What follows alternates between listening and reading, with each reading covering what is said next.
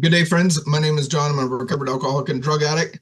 It's great to be here on a Wednesday at noon. Welcome to everybody in my tiles. And maybe if you're unable to see us now, then we'll see you on the YouTube or the Facebook or wherever we share this on our podcast. Today, I wanted to talk about the new build. That's what I titled this. And I already had a friend say to me, like, oh my goodness, you guys are getting a new location, you're getting a new building. And I figured out that she was reading the title of this talk. And I said, no, we're not getting any of that. We are that. And so today I just wanted to just share what was on my heart about having a new life. I think there's some tension that we haven't. When we come into recovery, we want to add to our life. We want to get our life back on track. We want to figure out some of the components that our life was missing. Maybe get some tools that applies to the Christian life as well. And we like to keep what we have, but just take stuff away that wasn't conducive to healthy living. And we want to add some things. But what we are talking about, a relationship with God, demands that we have a whole new structure. We have a whole new building. And the book of Alcoholics Anonymous really lays that out well. And I'll get into that a little bit later on. It's leading us into a whole new construction site. It's not a remodeling. It's not a refit up of like, okay, well, let's get the asbestos out. Let's get the plaster off the walls. Let's put up drywall. Let's put up some real insulation so that it's healthier. It's healthy. It's dry. It's warm. It's more modern. That's not what we're looking for. We're looking for a whole new structure.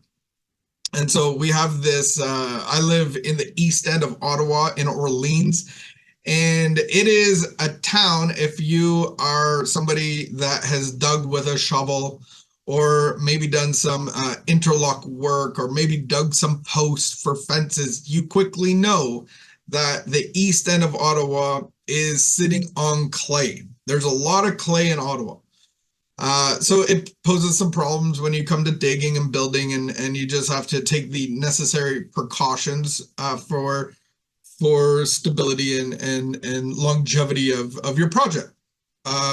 There is a housing there's a housing location, a suburb in Orleans up the hill. If you know Orleans, you know what I'm talking about. There's up the hill people, down the hill people. The down the hill people are the winners. The up the hill people are the ones that kind of lost and had to move up there.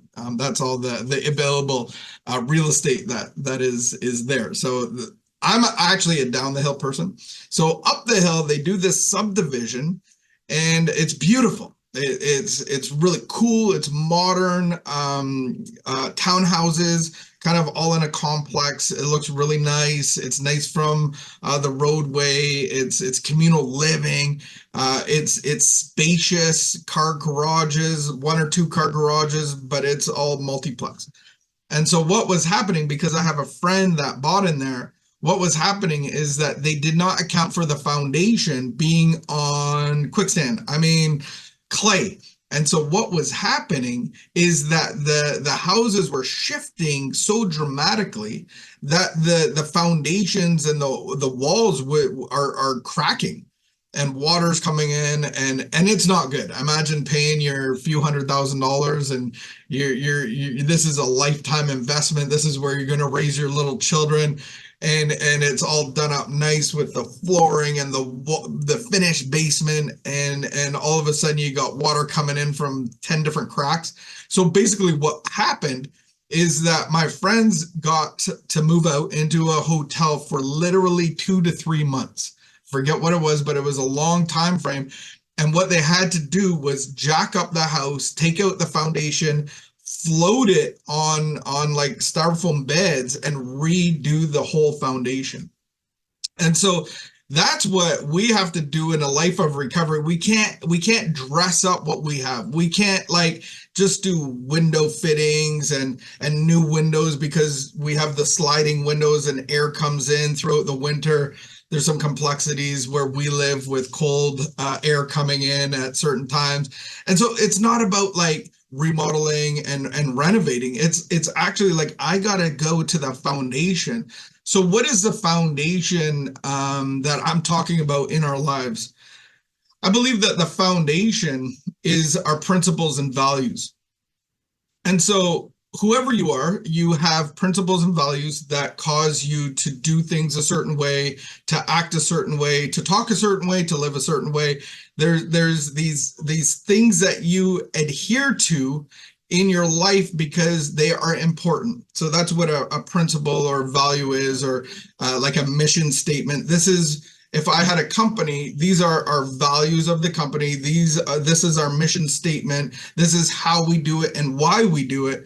And if I was your boss, I would be training you on these things everywhere from how we talk to each other, what happens around the water cooler, how we do time off, how we do holidays, how we are autonomous, how we don't gossip in the workplace, what we actually wear, what's expected of us. How am I the representation of the business? So that's kind of the foundation behind our lives. That's what's in here. This is my business, and it's built on a foundation of values and principles, which give me my mission.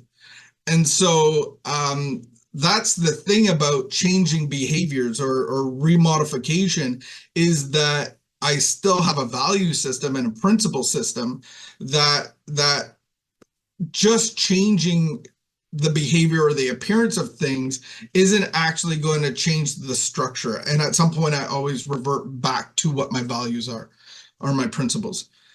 So how do I get that? Well, I have to abandon. In the big book, it talks about abandoning. In the Bible, it talks about abandoning. There are men and women in the Bible that were headed in a certain direction. They had careers. They were involved in industry and business, and that's how they survived and paid for their lives. And some of them were fishermen, and they actually abandoned their fishing nets for the uncertainty of what was going to happen in this new life. And so they were invited into something, to be a part of something, and a part of a mission, something bigger than themselves. So what are the principles of your life? Many of us don't even know them. I would have had one like family comes first. Family, like what is it? Blood is thicker than water. In my addiction, I would have said like I have a high value on family and getting together. In my addiction, that you would call me a liar. Like that's not one of your principles. That's not one of your values. You missed this birthday, you missed that family meeting. Like Sundays, you're not even around for family dinner. Like you don't drop in just to like say hi. Like you would highly be suspicious of my value of family if you saw how I lived. And so I believe many of us don't even know what our values are, but our experience that happens as kids, or your schooling, or the things that you've experienced in your life, whether they're positive or negative, whether they're beneficial in your life or very harmful, they create this value system. They create these principles that you actually start to live out. You start to act out, because your principles will guide your thinking, and your thinking will cause your actions. And so the complexity of our values and principles are so deep in our foundation. This is what we just have to abandon it. We just have to find enough faith to just abandon the whole structure of what my principles of finances are, and what a man should do, and what a woman should do, and what family, all of this stuff. If I want actually a new life, then this is the demand, that the spiritual life that I'm being invited into, that you're being invited into live. This is the big criteria of it. This is a must, or else you're just trying to do things your way again. And so some of the principles that we adhere to in the spiritual life would be, there's these purposes. So our primary purpose is to pass on a message, that will change people's lives, that will introduce them to the power of God, to be able to be the temple of God, to actually bear witness to that message of, I can explain to you how I was, and now I'm not that way anymore because I've abandoned this old life. I've abandoned that foundation, and I'm walking into a new life with these promises. And so it's about the attraction of that message. So that is one of the primary purposes of the spiritual life. The real purpose of the spiritual life, and this is right out of the big book of Alcoholics Anonymous, our real purpose is to be a fit spiritual condition. Imagine having unity where everybody is unified on becoming and growing more spiritually fit. There'd be a lot less problems in your friends group if everybody had that same purpose. It's kind of like a hockey team or a volleyball team. If everybody's main purpose was to win gold, and this is how we do it, we train, we do cardio, we do practices, all of these things, and we never take our eye off the prize. Imagine everybody on the team bought into that. But you got that one guy that loves donuts and cream filling and Easter chocolate and going out late at night, maybe having a few beers with the boys, that kind of thing. That guy becomes a liability and not an asset on his team because he has a different value. He might still want to win gold, but he has a different value, and he adheres to different principles. So the unity isn't around becoming physically fit to win the gold or whatever that value would be. So one of our values is to be a fit spiritual condition. So that's our real purpose, to be a fit spiritual condition. So you can weigh the odds of certain activities that you have. Does this help my spiritual condition? Does this help me grow? Is this a part of or does this take away from my spiritual life? And then another principle would be being maximum service to God and to others. I never had that principle growing up. I was like, man, what can I get out of this situation? What do I got to do to be noticed? It was not about being of maximum service to God and to others. How about another code, another principle would be love and tolerance is right at the surface of my value list. Another one is giving rather than receiving is one of our guiding principles. Another one is about the newcomer, the person that is still struggling. That should be one of our main focuses on a daily basis, reaching out to the newcomer. Another great value and principle is that my darkest hour can be a benefit to others. And I become in a place of neutrality. And that's one of the promises of the spiritual life.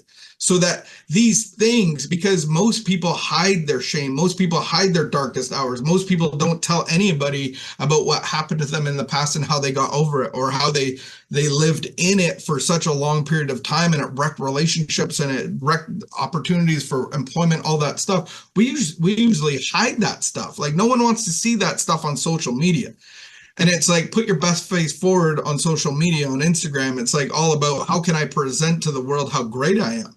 Not my darkest hours. Heaven forbid anybody see that. That's embarrassing. It causes great shame. People will look down on me. They'll see me differently. So these are a whole new set of values and principles that I have to adhere to. That this is what the spiritual life is all about.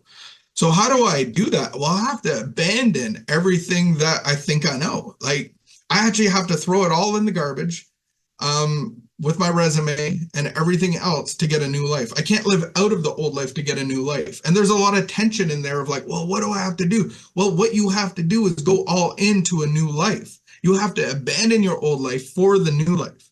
And so we see this in this process of LifeLab, the 12 steps, the big book, is like, first, I have to be convinced that my life is a garbage fire no matter how I do it. No matter how much therapy I have, no matter how many tools I have, no matter what kind of relationships, job, money, whatever it is, my life run on self-will is going to be a dumpster fire at best. and I'm irritable, restless, and discontent unless I find ease and comfort or a sense of it in something. And that something usually demands more of my time than I'm willing to give. It demands more of my money than I have, and I'm actually a slave to it. And so I have to be, number one, convinced that this life run on my own thinking, my own values and principles, and everything that I have is going to be a dumpster fire. And then number two, I have to be convinced that there is a new life with a new boss, a new director, with God. There's a new spiritual life. I have to be convinced to get this new life and abandon my life. I have to be convinced to the core that there is a God that's going to father, direct, guide me, uh, grow a life for me. He already has a life plan for me. I just have to walk into it. And so that's where we get this building concept. Number one is just destroy what we have, abandon it. Number two is I have this cornerstone, and I call him Jesus. Jesus is the cornerstone that this new foundation is going to be built on. This new building is going to be built on by the love and mercy and grace of Jesus. What he did for me, what he has what he's going to put in me, and that's the power of his spirit to change me from the inside out. That I have to have that as my cornerstone to walk into a new building. Nobody comes to the Father except through Jesus.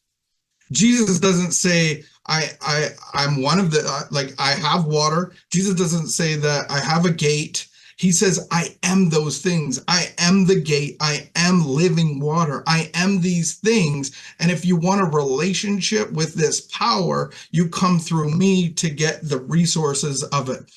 Communication with the Father, guidance from the Father, the comforter of the Holy Spirit, all of this gets to reside in the temple of my heart.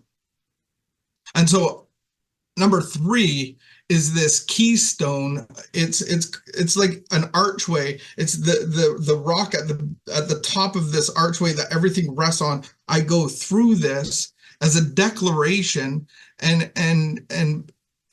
I'm recalling Jesus asking Peter, "Who do you say I am?" And Peter says, "You're the Messiah. You're the one that has come to save my life from eternal hell.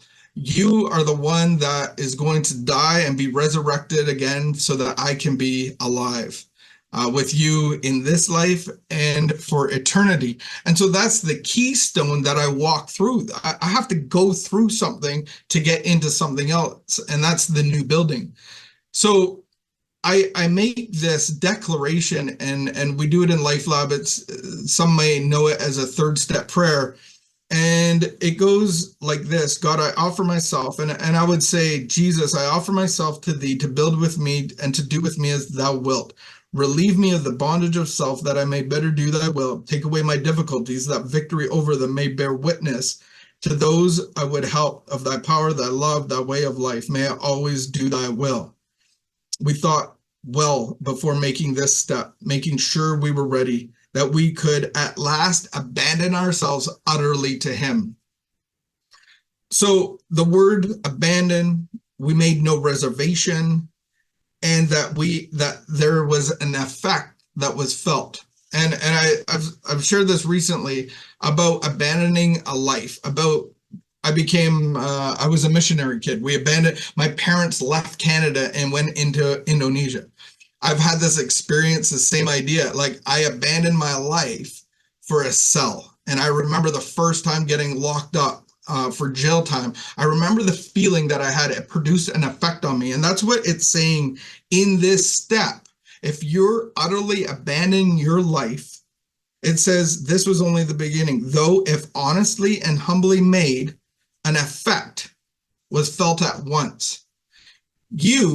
If you are going all in to a new life and abandoning your life, you will feel an effect at once.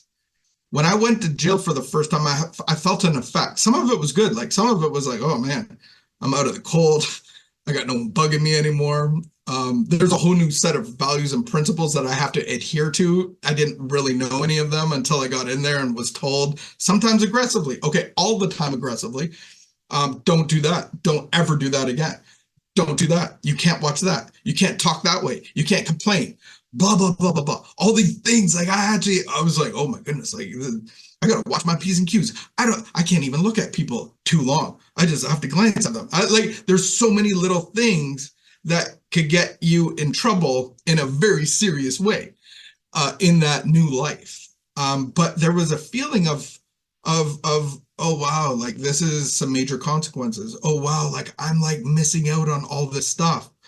But for me, I just sat in it and I was like, oh wow, like this is a whole new experience, a whole new life. And then when I got let out a few months later, I remember going like, man, I haven't even really thought about drugs or alcohol at all. Like I'm just ready to get back into my life. Like I had a baby at the time. I had a girlfriend. We'll just leave it at one. I was troubled. We all know that.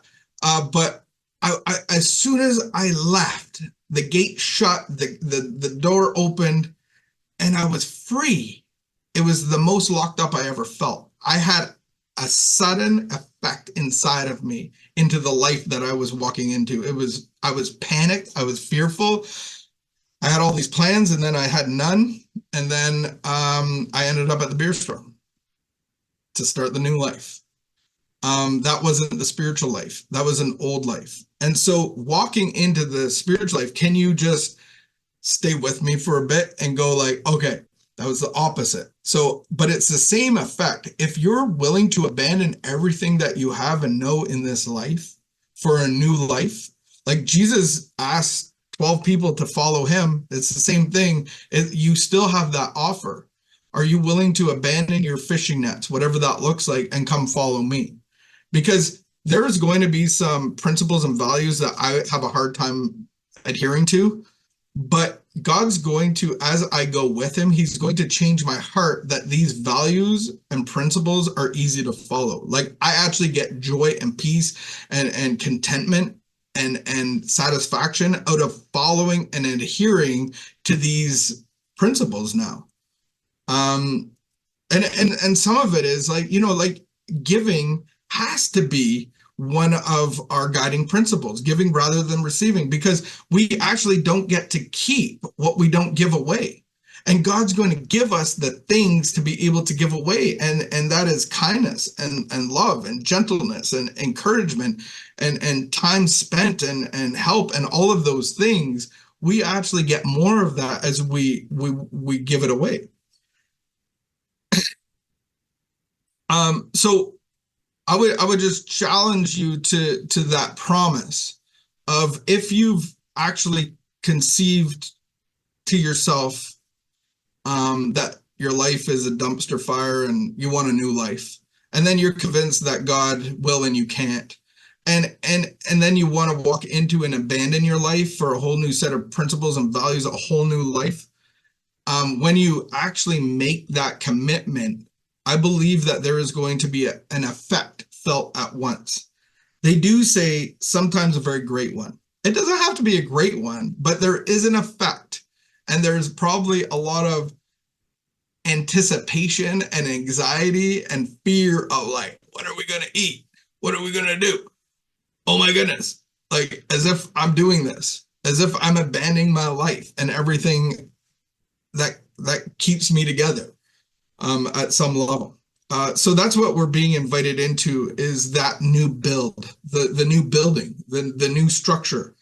Again, it's not a remodeling. It's not getting your life back on track. It's a whole new life.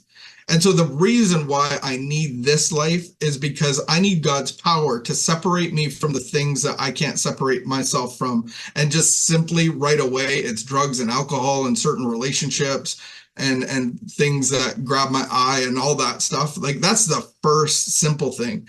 But then it's the fear inside of me that I can't actually get rid of. I can't get rid of fear, and I can't get rid of resentment on my own. I need the power of God inside of me to be able to do that. And then I need the power of God to change my belief systems to adhere to the new set of values and principles that are laid out for me. Like I actually need God to do that.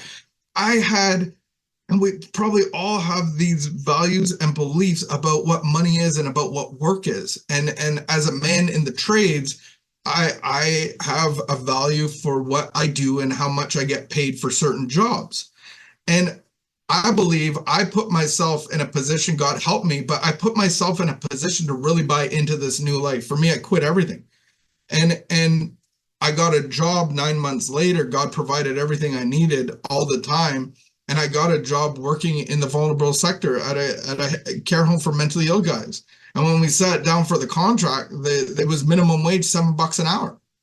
But I was in position for God to change what money means to me and what a man like. So quickly I changed my belief of what a man's worth, because I'm a man. I want to be a man, and it's like, okay, well, money doesn't need to be attached to this anymore. So I was in a position of the new life for God to actually start changing all my belief systems so that I could adhere to what the values and principles that He has laid out for us. And then I need the power of His holiness. His holiness obliterates unholiness. And you see that so many times in the Bible, and we're like, oh my goodness, like God seems like He's pretty serious about this stuff. Like people die in His presence, and people are like struck down, like Ananias and Sapphira in the new church in the New Testament in Acts, where they sold the property and they were asked, is this everything that you're giving? They were actually giving to the church, and they said yes. And they withheld and exaggerated the truth, and they were struck down by God's holiness. I need that holiness inside of me to strike down the exaggeration and the hypocrisy in my heart. Like I need God's power to do that inside of me.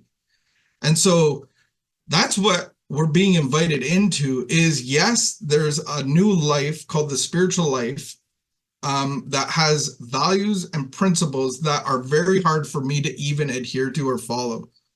And that's why I need to leave what I have and enter into a whole new building that God's going to construct. And I have to be in position for that to happen, or I'm still going to get my results. So the half measures doesn't avail me anything. I have to either be all in or not all in. I believe that a lot of us think we're all in, but we're half in and half out, or 80% in and 20% out. That means you're out. It's either I'm in or I'm out. And being all in with people like us is fun because we're raw and we're real, and we're like, I'm a train wreck, but that's okay today. God's got me. I'm going to learn. I'm going to grow. I'm changing. I'm becoming who God wants me to be as His representation. I'm on this little mission now. Oh my goodness, my life has purpose and meaning, and I still say dumb things, but that's okay. And it's fun when we all get together with the same purpose in mind, and that's helping the people that are lost and lonely and that are destroying their lives. And so that's what the invitation is it's a new building. With a sense of belonging and purpose and fellowship of God's Spirit. And that's what we come around unity of is the fellowship of God's Spirit.